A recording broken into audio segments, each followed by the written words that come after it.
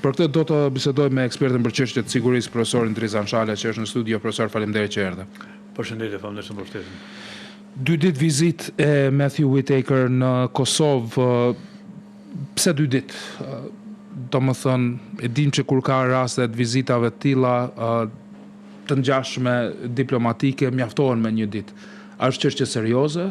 A lexohet kështu? A mund ta shoh në këtë formë qytetari?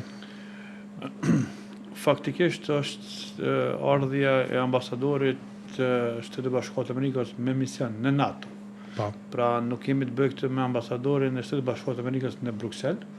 pra në Belgjik, po është një ambasador që ka peshën e vet brenda konceptit sigurisë dhe mbrojtjes, sepse ambasadori i Shtetit Bashkuar të Amerikës në NATO është zëri, syt dhe veç të presidentit amerikan.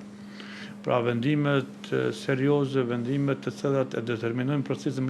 brenda NATO-s me direktiven nga Pentagoni zbërthehen dhe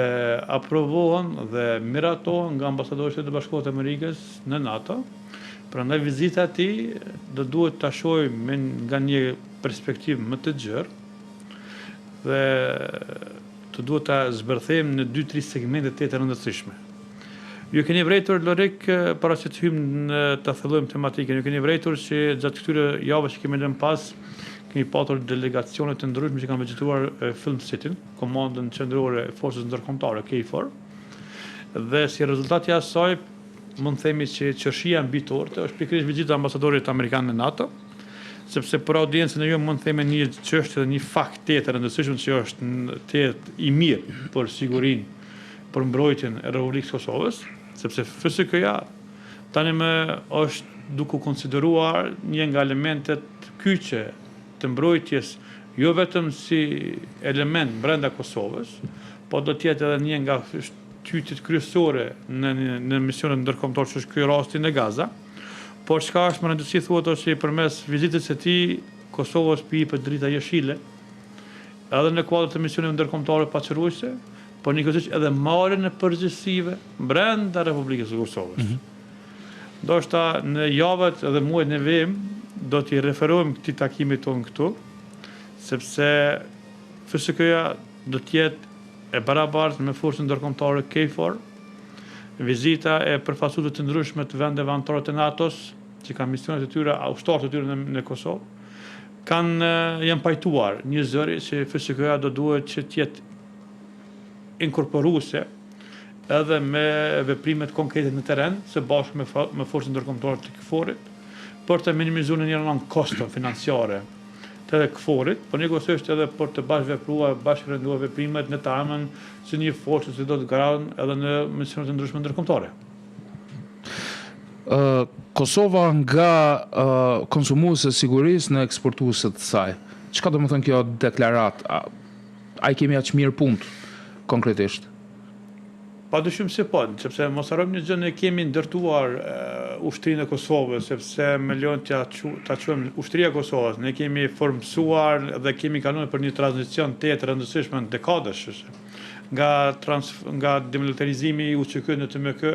pastaj transformimi dhe inkorporimi e zbatimit të parë Kosovë-Tisarit, në shndrimin e forcës në sigurisë së Kosovës me mandat dhe mision i cili ishte derivati i misionit të TMK-s, trupave mbrojtëse të Kosovës, pas asaj arritja dhe deklarimi i kapacitetit të plotë në 2013-2014, si rezultati i raporteve nga Diri, Dipi dhe Nalti që ishin pjesë përbërëse e transformimit dhe mbikëqyrjes së rrept nga vetë Shtetet Bashkuara të Amerikës në kuadër këtij misioni dhe të NATO-s. Pas asaj patëm një periudhë 4 vjeçare ku Kosova, ushtria e cila ishte vetë deklaruar me kapacitete plota operacionale në 2014 dhe në fillim apo mbarim të 2018 ku patëm edhe shndrimin e misionit, mandatit dhe vizionit të forcës së sigurisë së Kosovës, pra një forcë që përpas aspekteve humanitare, përpas aspekteve të mbështetjes së autoriteteve civile, ju shtuan në 2 misione të rëndësishme, misioni sa i përket aktiviteteve të mbrojtjes territoriale, pra mbrojtje e hapësirës territoriale, dhe pjesëmarrja në misione ndërkombëtare paçruese. Pra gjitha këto Lorik e katapultuan çështjen e stabilizimit të brendshëm të kësaj trupe ushtarake, e cila më pastaj mori dritën jeshile edhe nga vetë Pentagoni, po edhe vendet e tjera që ju keni vërejtur gjatë këtyre viteve që kemi lënë pas, respektivisht gjatë këtyre 3 vitet të fundit. FSK-ja, ushtria e Kosovës ka bërë përparim të jashtëzakonshëm sa i përket përmbusjes së misionit dhe mandatit, por njëkohësisht duke u pozicionuar në kuadër të marrëveshjes tripalçe Kroaci-Shqipëri si një element shtys i ofrimit tani më të sigurisë. Pra përmes tematikës për çka më ke ftuar çështjen e pjesëmarrjes së FSK-s ushtrisë Kosovës në misionin e Gaza, padyshim që marrëveshja tripalçe, avancimi i FSK-s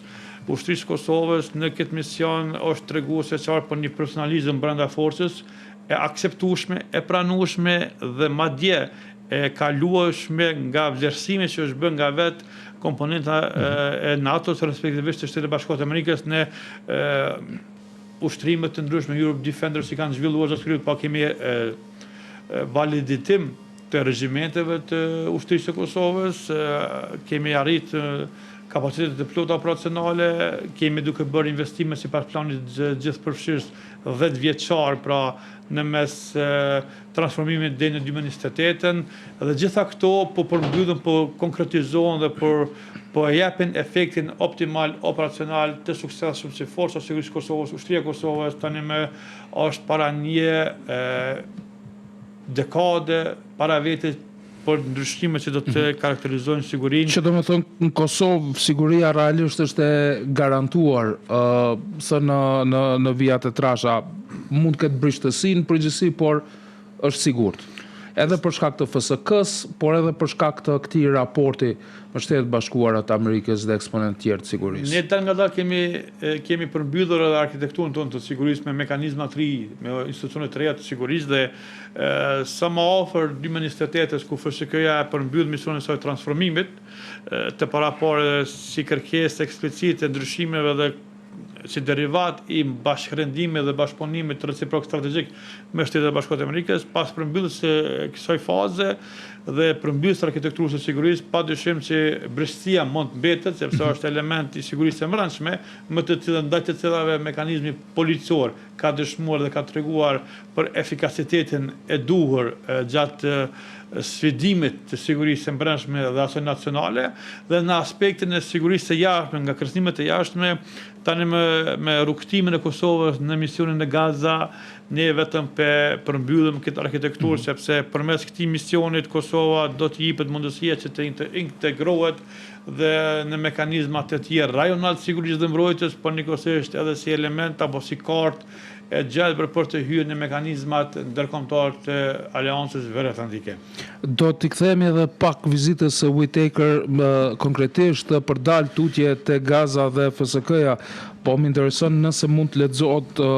në ndonjë formë ose nëse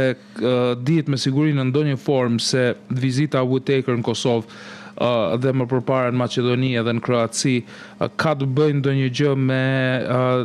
çështjet e armatosjes së Serbisë apo sigurisë së rajonit në përgjithësi.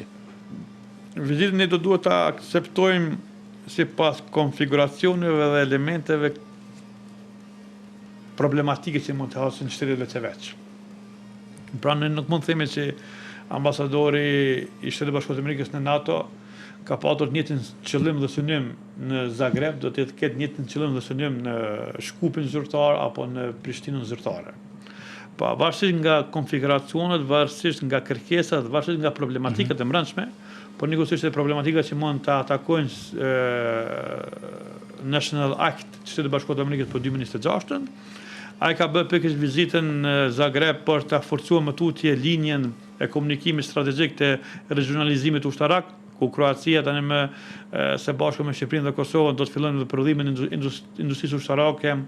do duhet të jetë e ngutshme, pra në kuptimin e përshpejtimit të këtij procesi të industrisë ushtarake, sepse është e domosdoshme për reziliencën ushtarake nacionale këtyre vendeve anëtarë këtij paktit ushtarak. Njëkohësisht përmes kësaj forme është një mesazh indirekt për Beogradin zyrtar, sepse Zagrebi është ekuivalent në aspektin e përdorimit të forcës apo fuqisë së zjarrit në raport me Serbinë. Në aspektin e vizitës në Maqedoninë e Veriut, mesazhi është i qartë, Lorik. Mesazhi është në aspektin asaj që ne kemi parë një prishje të balansit drejtnik. Keni vërejtur gjatë këtyre javëve që kemi lënë pas çështja e gjuhës, çështja e barazisë, është një nga tematika që është duke zhvilluar në Shkupin zyrtar dhe duke ditur se Maqedonia e Veriut ka misionin në Kosovë, po është anëtare NATO-s,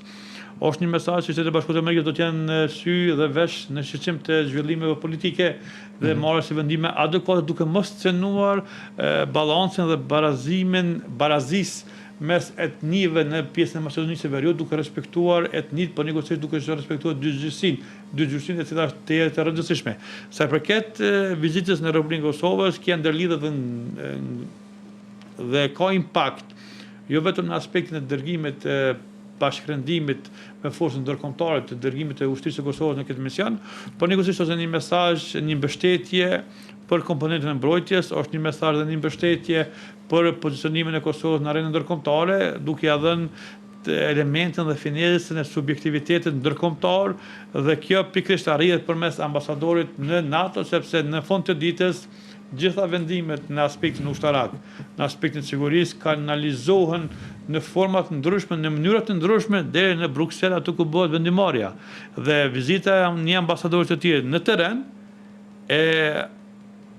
jep atë finesën përmbyllës atyre raporte që kanë lëvizur aty muajve apo viteve që kemi lënë pas, aty bëhet vlerësimi dhe analizimi dhe vetë ambasadorit në terren për të pranuar apo mos të pranuar një raport që mund të jetë i hartuar në forma të ndryshme nga kanalet e caktuara. Prandaj kjo vizitë është treguese se Kosova është në rrugtimin e duhur. Ne do duhet të qëndrojmë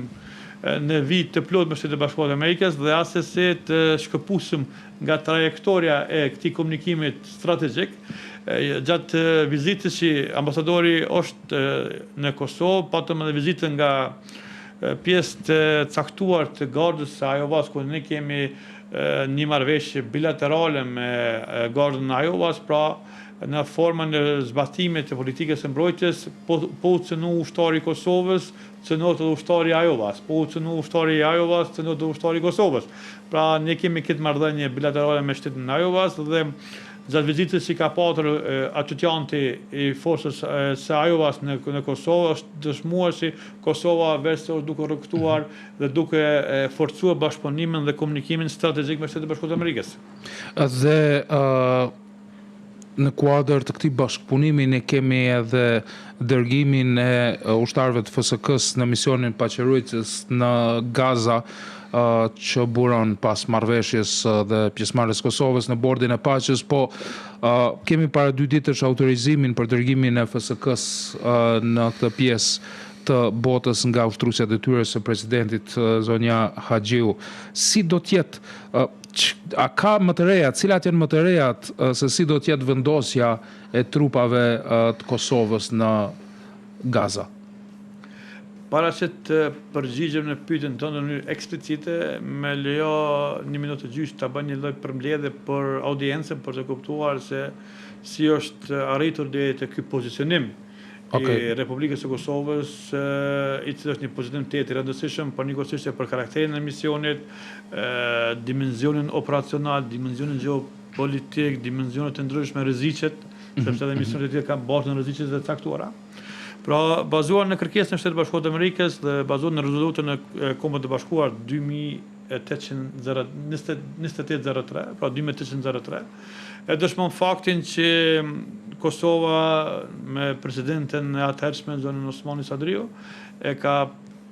akceptu një kërkesë eksplicite nga qendra SETCOM amerikanë që Kosova të jetë pjesë përbërëse e bordit për paqe, ku si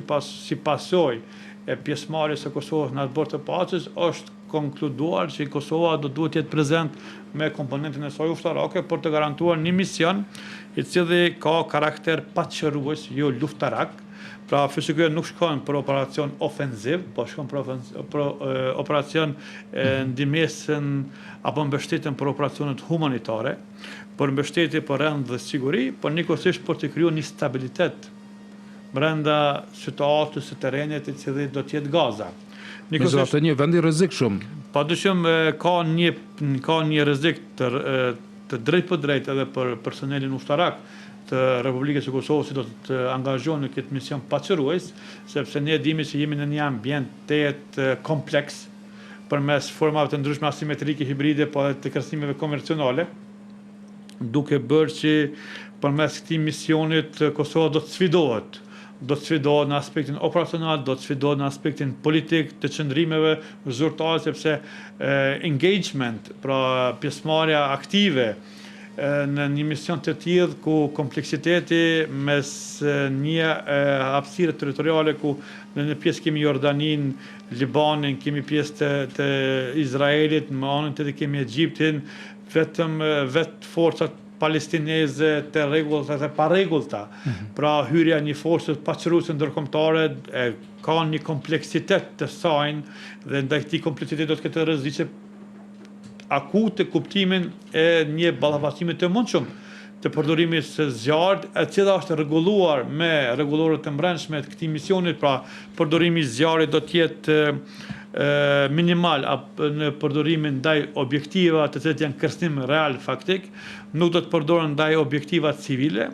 por njëkohësisht dimensioni operacional i këtij misionit është që ne do të marrim pjesë me 22 operatorë, pra 22 ushtar, oficer dhe non-oficer në këtë kuadër të misionit paçrues, do të vendosen në zonën e përcaktuar në NATO, do të jemi përparësia, do të jemi nën komandën e forcës paçruese, pra ne nuk do kemi një komandë të tunën, pra të drejtë për drejtë, po do të jemi të inkorporuar brenda një komande përfaqësuese të kësaj force. Me amerikanët? Me amerikanët, sigurisht edhe nën rregullat e qarta të veprimit apo rule of engagement. Por kjo është determinanta kryesore, pra në një operacion të tillë kompleks, pra dimensioni operacional që ne të përcaktojmë qartat e rregulativën se si do duhet veprojnë operatorët tanë në terren. Dhe njëkohësisht korniza ligjore është tetë e rëndësishme, sepse vendet anëtare pjesëmarrëse në këtë mision në Gaza, në kuadër të kësaj trupe ushtarake, do të jenë të mbrojtur me rregulativën nacionale të tyre. Pra kjo dëshmon faktin që ushtarët e Republikës së Kosovës në misionin në Gaza do të zbatojnë rregulativën dhe do t'i nënshtrojnë rregulativës kushtetuese ligjore të Republikës së Kosovës dhe asnjë tribunali të mundshëm ndërkombëtar apo ndonjë sanksionit ndërkombëtar, dhe kjo e ruan subjektivitetin mbi forcat tona në terren, dhe njëkohësisht sa i përket çështjes së përcaktimit të qartë dhe të aspekti lorik të asaj që forca apo komanda e forcës ndërkombëtare nuk mund të lëviz trupën tonë nga një mision në misionin tjetër brenda ditë apo brenda një misioni të caktuar, të atij rotacion që mund të jetë 6 muaj apo 1 vjet, jo më shumë se 1 vjet, sepse ashtu e përcakton rregullat pjesëmarrëse në misionet ndërkombëtare. Kërkesa që mund të ketë në drejtim të kontingjentit tonë në Gaza do të adresohet në shtabin e përgjithshëm të Forcës së Sigurisë së Kosovës, ku më pastaj do të bëhet vlerësimi i kërkesës nga qendra e komandës së përbashkët të forcës paçruese, ku më pastaj mund të jepet direktive drejt për drejt kontingjenci të zbatoj kërkesën apo urdhën që vjen nga vetë komanda e forcës ndërkombëtare. Pra kjo lëron një subjektivitet dhe ruan që forca jon, ushtarët tonë mos shkelin rregulativën e brendshme të Republikës së Kosovës për të kryer ndonjë akt ndryshëm apo për ndonjë shkelje të mundshme eventuale ligjore në terren. Sa i përket edhe çështjes së të rëndësishme është çështja e dimensionit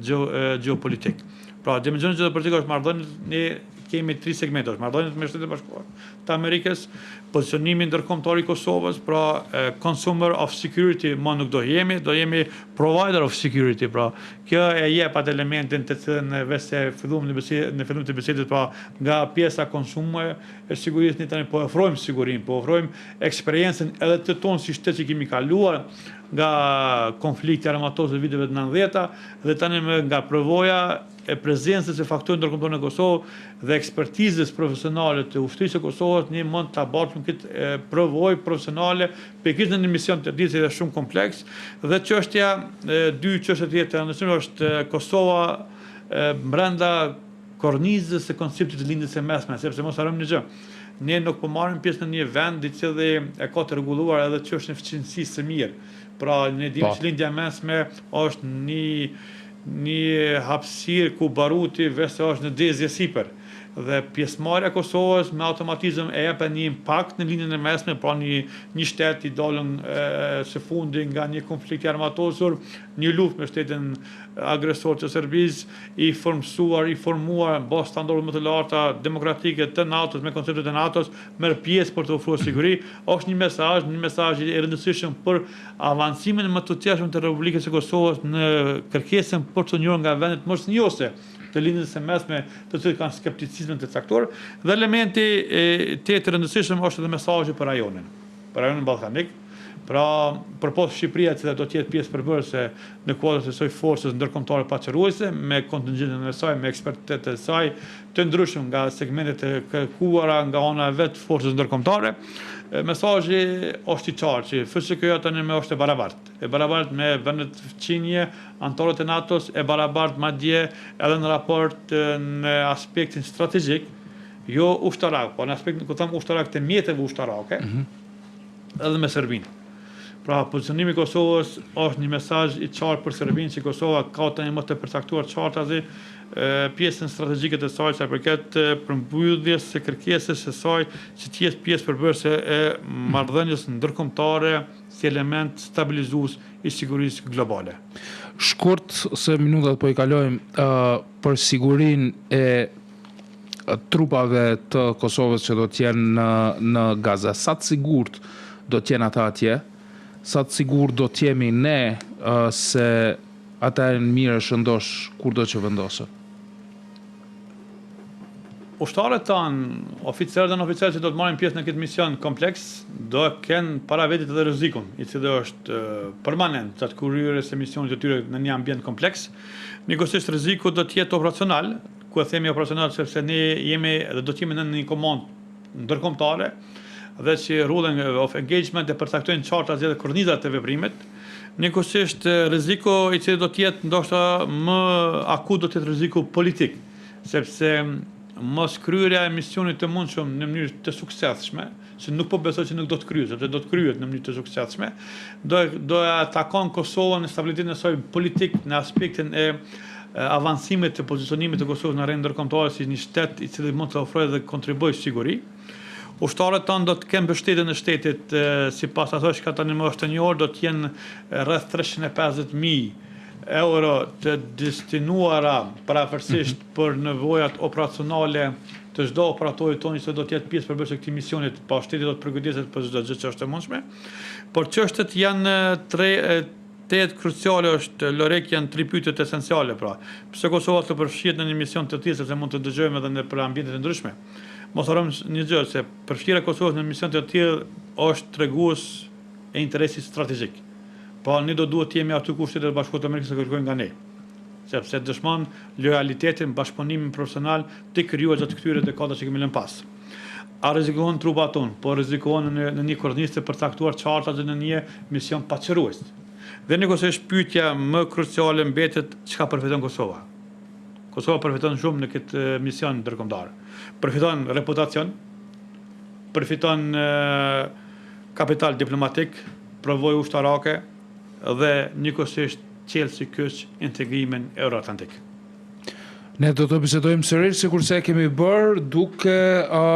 ju falendëruar shumë që i ndani përvojat tuaja profesionale me ne dhe shikuesit për të ditur ose për të pasur një vizion të paktën për ato që ndodhen në sektorin e sigurisë. Faleminderit shumë, profesor. Grazie.